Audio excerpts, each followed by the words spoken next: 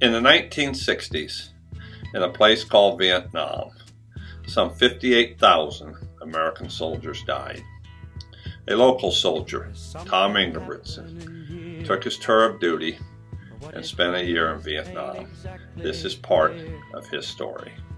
Today we're going to talk to Tom Ingebritson for the Isle Falls Historical Society, and thank you for sitting down with us.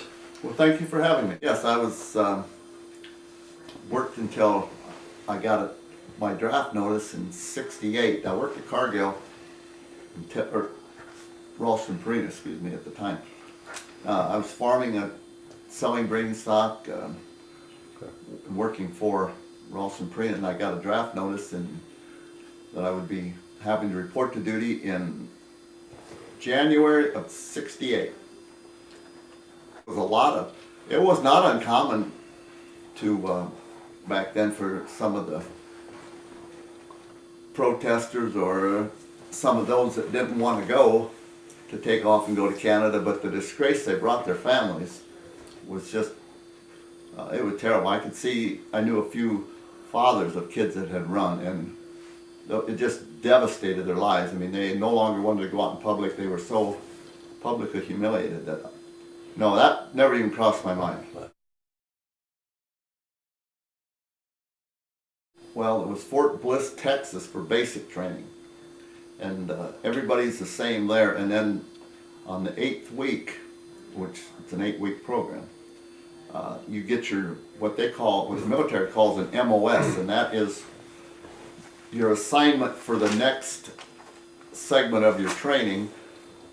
And the majority of us down there were what is called 11B40, and that is infantry. And we knew we were going to infantry training. We knew we were going to Vietnam. They're not going to spend thousands and thousands of dollars training you and not send you over there. What did you think about being in the infantry? When you're 19, 20 years old, you know, the testosterone's flowing awful hard, and I guess I was probably excited about it at the time. It was best to be that way than scared to death that what could happen to you. So back then they were trying to get troops to Vietnam so fast that we didn't get a leave at all after basic. We went directly from Fort Bliss, Texas to Fort Polk, Louisiana in one flight. We spent another either 8 or 12 weeks in the jungles of Fort Polk, Louisiana, because that is set down in as close, the environment and the topography is the same, as close to Vietnam as anything the United States has. And so they have jungles, villages set up down there. We spent a couple weeks in barracks, and then we moved into the jungle, and you just lived out there in the jungle. Slept on the ground, ate sea rations, and just got us ready. And a lot of forced marching, a lot of mock battles. When you were in basic, it was in 1968, which would have been the hottest time in Vietnam, is when the communists pushed to take over.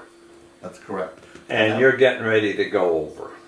That happened while we were it was in the spring of '68, while we were in what's called AIT, or Advanced Infantry Training, in Louisiana. We're aware of it.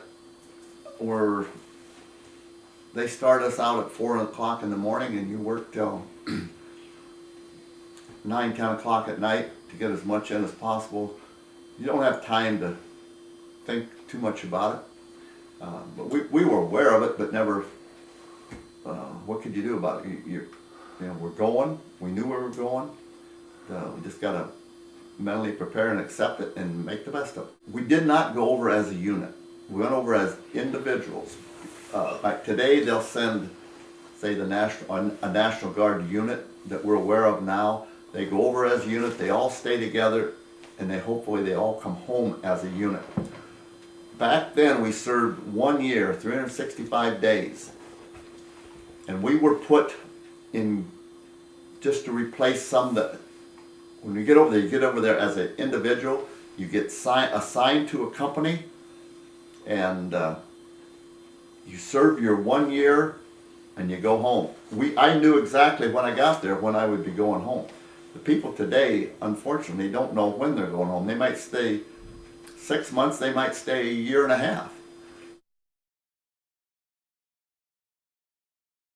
I was with the 82nd Airborne Division. And it was an infantry unit. They all are. They don't train you like that to make you a clerk. But there was probably 4 or 5 of us that flew out to this base camp to replace people that had either been killed, wounded, or were going home. And that happened all the time, because when I got into this unit, there's in a military unit, there's 4 companies in every one of our groups. And there's 30 men in a company, and we need to try to maintain that amount of people. So if somebody gets killed or wounded and is medevaced out, or if somebody goes home, you have to replace them. And so that's what you were then, was a replacement for somebody that had either gotten killed or wounded. That's correct. I was, like I said, young enough and gung-ho enough and macho in my own mind at the time, thinking I was indestructible and I would definitely be back. That was a foolish mentality, thought, but that's happened. All young kids think they're tougher than they really are.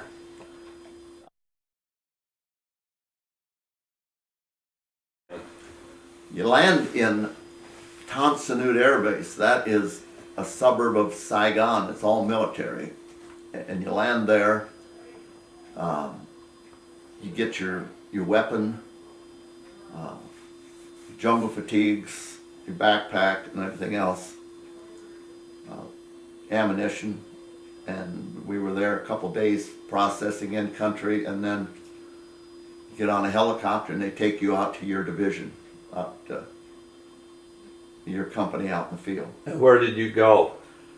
I started out, we flew all the way to North Vietnam, and just a couple miles south of the DMZ, and it was a base camp called Camp Rodriguez, and there was 2 base camp, two airborne units right there. The 82nd Airborne was at Rodriguez, and right beside that was the 101st Airborne Division. They were at Camp Eagle, and we were there, got processed in, and this is all out.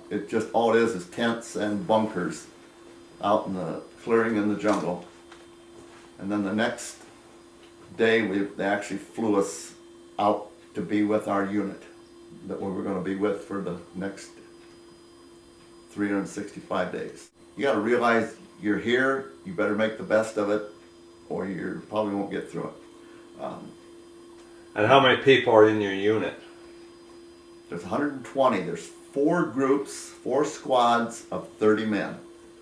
Each one of those squads will have a first lieutenant as a head, and there'll be a captain that will be in charge of all 4. So you actually got 5 officers out there, and mostly a bunch of young kids that better learn to take care of themselves. It was all on patrol. You would patrol these areas because the North Vietnamese were moving supplies down through here, down across that DMZ, on what they called then the Ho Chi Minh Trail, and they would get their supply unit, their supply trains, which were human trains, because that's the only way they could. There was no roads or anything like that. It was just mountain trails through this was heavy mountain country, all trees, jungle, but it would be probably quite similar to maybe the Appalachian Mountains or Smoky Mountains, something like that. they're not as big as the Rocky Mountains, but they're very, very heavily treed, and that's why at one time the United States spraying Agent Orange on those areas to defoliate them so they couldn't hide out there. But we would get on, we were strictly on patrol constantly. If you made contact, you had to get yourself out of it. But you know, it's that's what it started out to be. So contact is when you met the enemy. You met somebody, yes. It might be a, you never knew. They didn't travel back then in large groups like we did at the time, simply because they're too detectable. Because there was planes in the sky all the time looking for them, so that to try to keep us out of, so we didn't have any hidden surprises. What was your first contact like? Oh, it was exciting. It was adrenaline pumps. I can't say that I was scared, because it wasn't time to get scared. But it's definitely a very high adrenaline rush. What's it like getting shot at? Oh, you can hear them coming. The bullets? Well, you can't hear the bullet coming. That travels faster than sound. You can hear incoming rockets coming, because they're not quite as fast as the speed of sound. But we had, you know, at nights or times where we set up our base camp, or not base camp, but our night camp, we always set on the highest point around. You never ever want somebody else to have an advantage of coming down on you. So no matter where we were, we would always find the highest hill or small mountain to camp on. And if the Viet Cong or the North Vietnamese, there were two different, they weren't the same. If they'd want to lob mortars in on top of you, you can definitely hear them coming. When we would set up camp, you had the option, if you wanted, to dig a foxhole, a shallow one. You could dig it as deep as you want, but I always just dug it deep enough that I could get below ground level if I had to.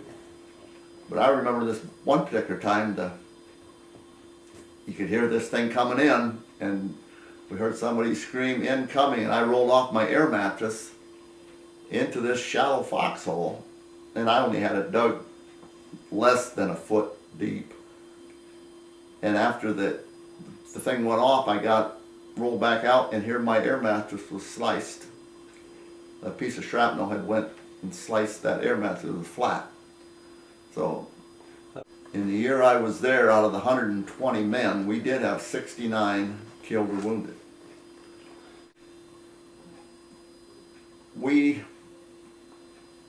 I have an Army Air Medal behind us on this wall. There's like 40 combat assaults from a helicopter. And what they would do is pick us up, take us in where there was conflict and where they needed help. Because our division was called an Air Mobile Unit. It was meant to